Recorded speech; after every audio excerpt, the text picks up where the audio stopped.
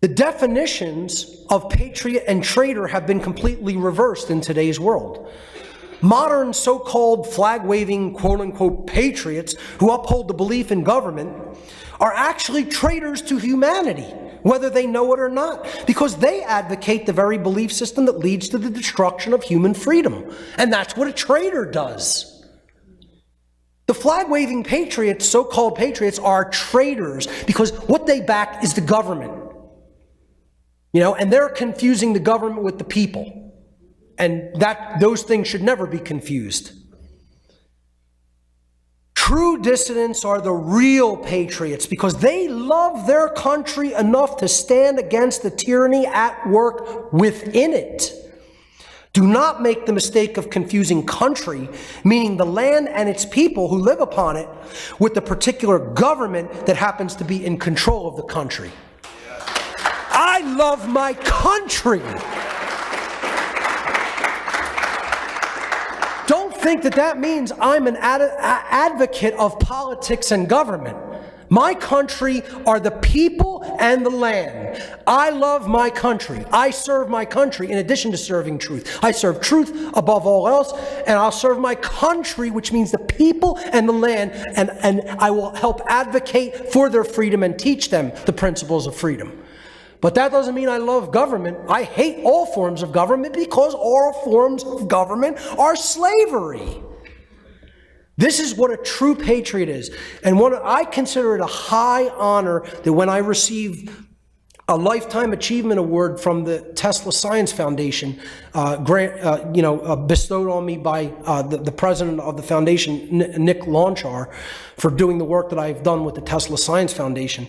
He gave me that award, and when he gave it to me at the New Yorker Hotel, the place where Nikola Tesla died, he said, I want to introduce Mark Passio, who I consider a true American patriot, and I almost broke down in tears. Yeah, that was a high honor to me from that man because he used the term in the true sense of what it really means. So that's what a real patriot is versus a false patriot. Thomas Paine said the duty of a true patriot is to protect his country from its government. Very true words. Modern military are not to be confused with revolutionary patriots and the militia of the people. They are the modern-day equivalent of the king's henchmen. The supporters of the police and military are the modern-day equivalent of the Tories, those who backed and supported the Crown and the British troops during the American Revolutionary era period. The military are obviously not fighting for our freedom. They are fighting for the empire of their masters and their order givers. The military and police are not the protectors of a free society. They are the enforcers of enslavement by the ruling class. And they need to wake up. Some of them are just on the verge of beginning a slight low-level awakening process, but it has to be accelerated and advanced far beyond where the majority of them are. If they were really fighting for our freedom, this is what it would look like.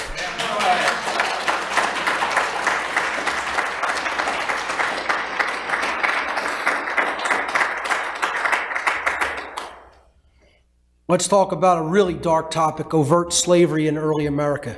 Not covert slavery like we're in now, but overt slavery. Some of the most abhorrent practices ever conducted upon human beings.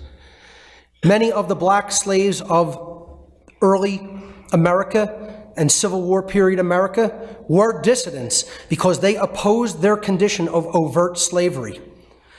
Slaves of the Civil War period lived under continuous duress. They were viewed as someone else's property, forced to work under the threat of violence or death, and deprived of the very fruits of their own labor. That's the very definition of slavery.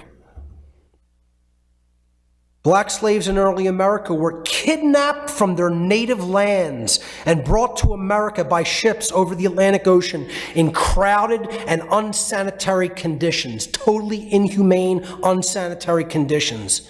Those that even survived the journey across the Atlantic were sold at slave auctions and then taken to forced labor camps called plantations to endure indentured servitude, working crop fields in torturous conditions for the duration of their lives. Many who offered resistance were whipped or beaten mercilessly, hung, burned, or even fed to dogs alive. Laws were passed which barred slaves from escaping a state where slavery was legal to one where it had been banned. Runaway slaves were often hunted and returned to bondage. There were bounty hunters all over the northern states looking for escaped slaves from the southern states. And let me tell you something, folks. This is how the police forces of America started. Yeah, that's not revisionist history, ladies and gentlemen. That's real history. The police were started from runaway slave patrols in the northern colonies. Okay, in the northern states. Yeah, learn some true history. Study about how that really happened, instead of some of the alternative so-called theories, conspiracy theories that are out there and wildly off from the truth. There's a true conspiracy. It's not no conspiracy. It's a historical fact. Laws were even passed to criminalize helping or harboring runaway slaves. You could be jailed or worse for even helping them escape. Some Civil War era slaves, such as Frederick Douglass and Harriet Tubman, acted as dissidents and offered resistance against the practice of slavery by escaping themselves and fleeing to states where slavery was not practiced, and then helping other slaves escape as well. While means such as these certainly showed disdain for their former masters and their abhorrent actions, many would argue that these means undoubtedly still constituted what could only be called passive resistance, since they did not directly take action against those who were conducting such hideous and immoral practices without any right to do so. Now, I'm not saying that they were wrong for doing this. They were tremendous for doing this, okay? But in my estimation, I'm just speaking for myself, it doesn't go far enough.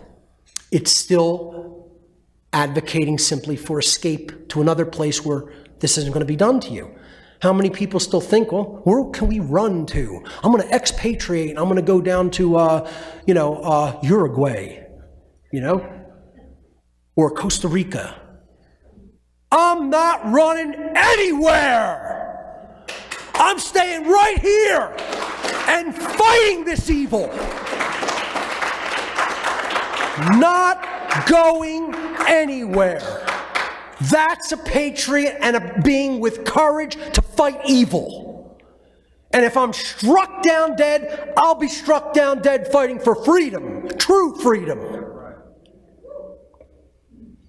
That being said, I commend their efforts to at least help, move slaves, former slaves, into a safe area when they had fled their oppression and enslavers, because so many laws and scenarios had been put in place to bring them back into indentured servitude.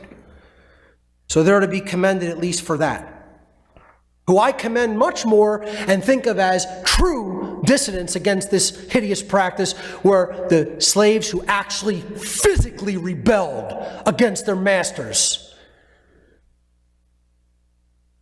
And let me tell you something, the media was at work as ever, painting it as something that, this was a hideous, horrid massacre in Virginia. God forbid, beings that were being sold into indentured servitude and treated as other people's property were killing the people that did that thing, that horrible thing that put them in that condition.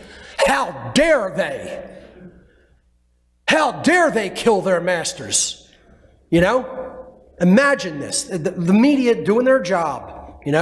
They're paid liars and paid deceivers. They were still at work then as they are today.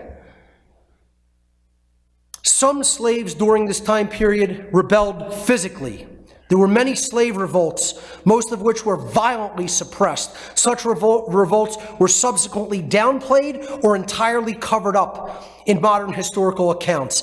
Every slave ever held under these deplorable conditions and immoral conditions, possessed every right under natural law to rebel against, physically rebel against, fight against, and even kill their enslavers.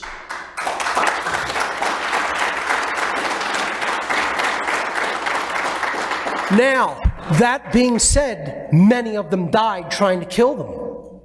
See, once again, I'm never claiming or promising anybody that a physical fight against evil oppressors is going to end well, or possibly even end with the person who's in the right still being alive. I'm just trying to explain to you the right exists. And their behavior was morally right. Morally right. Get it burned into the brain. It was a morally correct and right behavior. They had every right to do this. Some of the more famous slave revolts were Gabriel Prosser's rebellion in Richmond, Virginia in the year 1800. I'm going to skip the Haitian Revolution for a moment and come back to it. The German Coast Uprising in Louisiana in 1811. Nat Turner's rebellion in Southampton County, Virginia in 1831. And John Brown's raid on Harper's Ferry in Harper's Ferry, Virginia in 1859. The one that was not in the United States proper, but in the Caribbean, on the island of Haiti, was called the Haitian Revolution. And it was the most brutal of any slave rebellion, and arguably the most successful of any slave rebellion. Because let me tell you something, folks, these guys and gals didn't play. They killed their masters often down to the last man, woman, and child with every right to do it. And then they were branded as somehow violent or barbarian, or, oh, they're so, violent, they're so, I don't know, a non-human or something. No, they were acting in the way that they have every human right to behave when they're enslaved and oppressed like that. Because no one was coming with reason to help them be liberated, and no one was listening to the reason that the practice of holding them in duress like that was immoral and done without right. So they took up arms and did what they had to do, and you know what? They are absolutely commended by me for doing it, because that's what protecting your freedom is when you don't have any other recourse. And we're going to come to a place like that, and it's going to make the Haitian Revolution look like a little boy and girl's tea party because of what exists, the kind of technology that exists in America. And once again, I'm trying to avert that, but without more teachers stepping up and doing this work, we're going to go right down that path of bloodshed. I'm just trying to help you guys to understand what is required. This should not be my voice. I should not be the one doing this, saying this.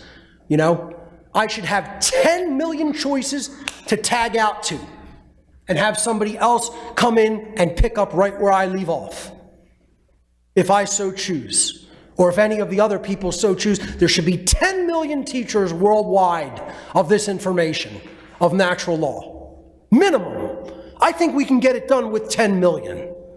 But probably no less than that. And I mean 10 million who know it as well as I know it, who know it as well as former mystery tradition initiates knew it, who knew it like someone like Richard Wetherill knows it, who knows it like someone like Larkin Rose knows it, etc. Like Lennon Honor, like all the other individuals who spoke here today. We need more teachers of true objective morality. I'm looking at you and I'm talking to you. We need to step up our efforts. People have to shed the fear of speaking out and start doing this in a way that you can reach as many minds as possible. I don't care what method you use to do it. You might not like my methodology, you might not like my tact or tone, and I couldn't give a shit. All I care about is that you put the information out that needs to be put out there. So we avert to scenarios like this, because they're coming. And it's no joke, and it's nothing to laugh about. And when people recognize what war is, if it comes to this land, I'm telling you, most people are not psychologically prepared, and far fewer are physically prepared. I'm prepared in both aspects, and I'll die today if required, because I've done what I came here to do. You know, I'm fine. I'm fine with, you know, this having been my life up to this point. How many people can say that? Not many. I'm not saying that to, you know, put myself up on any kind of a pedestal. I'm just saying when you've realized your purpose and you've done what you're here to do, there is no fear of death at all. I don't consider it for a moment. Modern day anarchists, those who are saying no to slavery. Anarchists in modern times are dissidents, true dissidents, because they fully reject the belief in authority, and they reject having a ruling class or a centralized power structure to rule over them. Anarchists understand the truth that no being can legitimately rule another. By direct contrast, as we talked about earlier, every non-anarchist or statist is a supporter of slavery. And that's all I'm really going to say about the modern anarchist movement. That's what true anarchy is. You know, there's a lot of fake anarchists out there. I might do a presentation called Fake-Ass Anarchists. You know, all the hyphenized anarchists in the so-called anarchist movement, pranksters. Pranksters, if you know what that means in street lingo, okay? They're a joke who have no idea what real anarchy is at all. At all. Because they don't understand natural law principles and objective morality, nor do they understand that those come from the laws of creation, regardless of what you want to refer to that force as. They think we bestow rights on ourselves or on others. No, that's not how it works in nature. Rights are inherent to creation. And people have to understand that. As long as they don't understand that, they will never come to a correct understanding of natural law, and they will never understand how we are bound invariably according to universal moral law. Our behaviors are bound whether we like it or not, and we will receive the consequences of our behavior. There is no escape from that. And that is a universal present condition that exists in nature. It does not come from man. So true anarchy is about understanding this is about no masters, no slaves, but it does not mean no rules. There will always be rules under natural law. It means no rulers. Those dissidents are my family, okay? And that's what we need a lot more of. The last section in the presentation today, deadly force. Very controversial territory. That which I haven't spoken on a great deal. Perhaps hinted at it, but not directly taken on this topic. We now arrive at a very controversial and disconcerting topic. When does one have the right to kill? To end by deadly force the life of another, should that other refuse to stop initiating violence against their person or their rights? When does one possess the right to kill those who are holding them in a state of duress? To understand this, or even consider the question, we have to understand the natural law distinction between force and violence. They are nothing alike. They are diametrically opposed opposites. Force is, in nature, the capacity to do work or cause physical change. Every single thing that you act upon to create any kind of change within your rights, you are conducting force. You are employing force. Force is synonymous scientifically with energy, strength, or active power being actively applied to something. And when it is within our natural rights, it is force. It is not coercion or violence. Force is action which exists in harmony with morality and natural law because the employment of it does not violate the rights of others. It is action which one always possesses the right to take, including defensive force employed against active violence being conducted upon yourself or your property or your rights. And that also includes the right to take defensive action against being held in a state of duress. It includes duress, meaning the threat of violence when you're not in compliance with another's coercive demands. You have the right to physically defend yourself in that instance. Violence, on the other hand, is the immoral use of physical power to coerce, compel, or restrain without right. There is no natural right to do this behavior. So violence, no one ever has the right to conduct. Violence is the initiation of coercive action which is in opposition to morality and natural law for the very reason that it violates the rights of others. That's where the word violence comes from. It comes from the root violation or violate. That's why it's called violence. Violence is action which one never possesses the right to take. It is always a wrongdoing to conduct violence upon another. That's the difference between force, especially defensive force, and violence.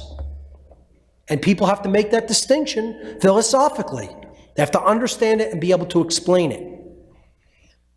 There is no such thing as the right to murder. Notice the word that I am using. There is no such thing as the right to murder.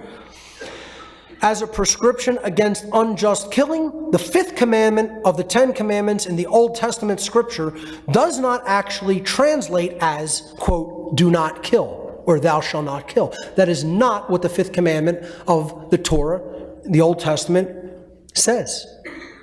Although that's the way it's popularly translated in almost every biblical translation. The fifth commandment in Hebrew is transliterated into English. There's the Hebrew characters, but in English it would be transliterated as lo tirzak.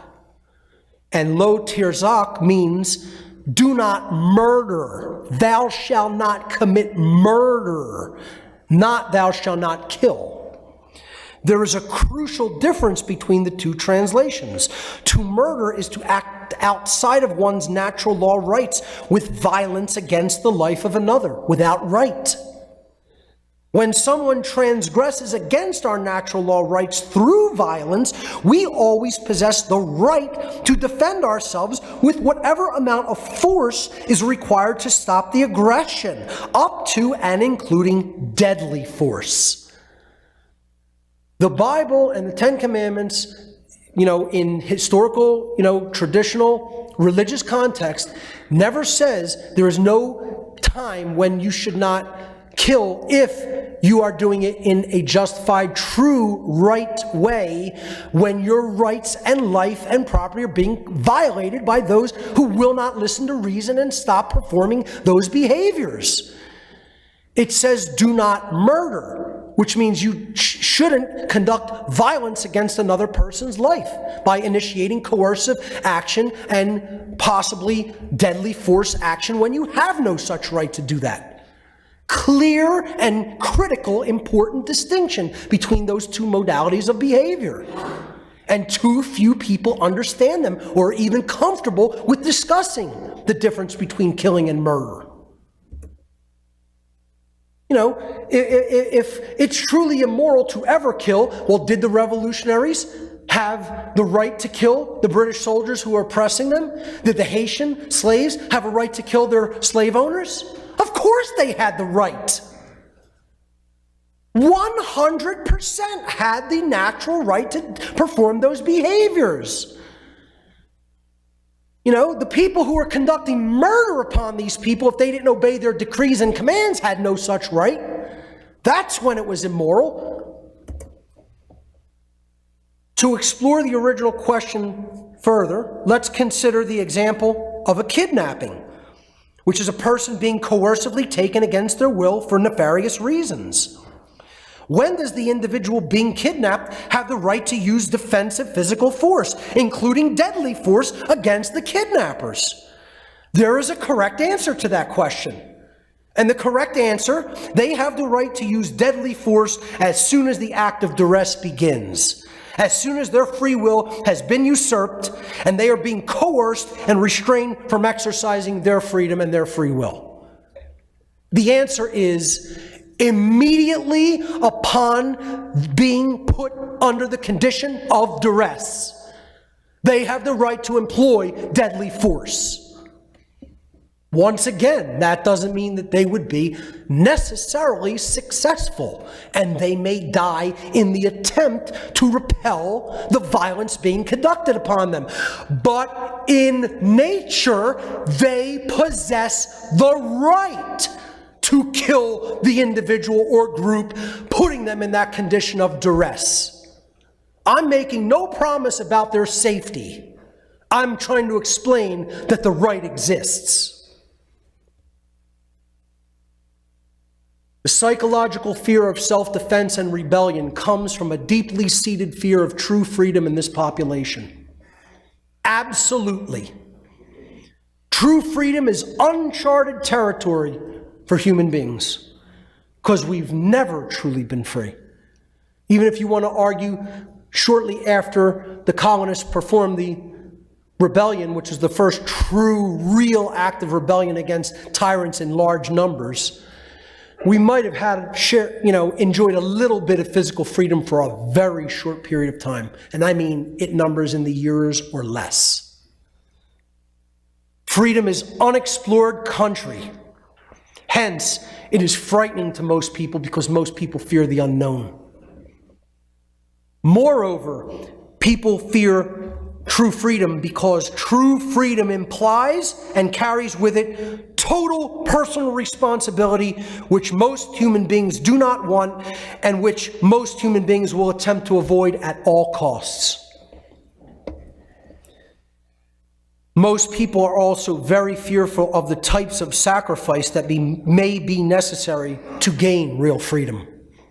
And I go back to the American revolutionaries. You want to talk about sacrifice. Walking through ice at Valley Forge with no boots or shoes, tying ripped pieces of their uniforms like rags around their feet, blood trailing them as they walked to go fight. That's the conditions they started the battle in. Imagine how they finished them. Less than 2,500 people left in the Revolutionary Army in freezing ice conditions in southern Pennsylvania and western New Jersey. And until you want to talk about having to really, really suck it up to get a job done. On Christmas Day, crossing the Delaware to go and attack the British, which was an unheard of tactic. The pre-dawn attack in blizzard-like conditions so that they had cover and weren't seen coming. They fought 5 times their numbers and it at least inflicted enough damage that they morally inspired other people to come and join the cause, and other militias came and joined their cause. You want to talk about sacrifice? We have no idea. None of us. I've talked on my podcast before of being at Valley Forge and feeling an energy literally like a boulder on my chest, because I know that I was there. I don't know how I know it, but I know it balls to bones that I was there. Okay? Because I feel the energy in that place. I don't even ever want to go back there ever again, and I only live a few miles from it. Because of the energetic vibration that I felt being present there almost made me physically ill. Almost every time I've been there, I felt it. If people won't fight for freedom, please do not tell me that you love yourself or anyone else. See, because that's real love. People will say, oh, you got to come more from the heart energy. You got to come more from a place of compassion. This is real love. Real love is telling people the harsh shit that no one else wants to tell them because you really love them at a soul level and they need to understand it.